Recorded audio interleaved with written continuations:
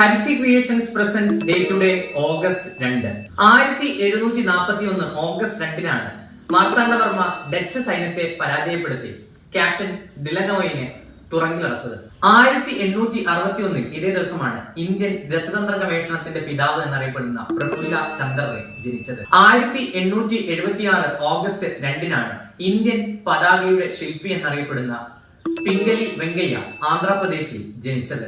1922 August 2-നാണ് ടെലിഫോണിന്റെ പിതാവ് എന്നറിയപ്പെടുന്ന Alexander Graham Bell നമ്മോട് വിട പറഞ്ഞത്. 1934 ഓഗസ്റ്റ് 2-നാണ് അഡോൾഫ് ഹിറ്റ്ലർ ജർമ്മനിയുടെ ഭരണാധികാരിയായി സ്വയം പ്രഖ്യാപിച്ചത്.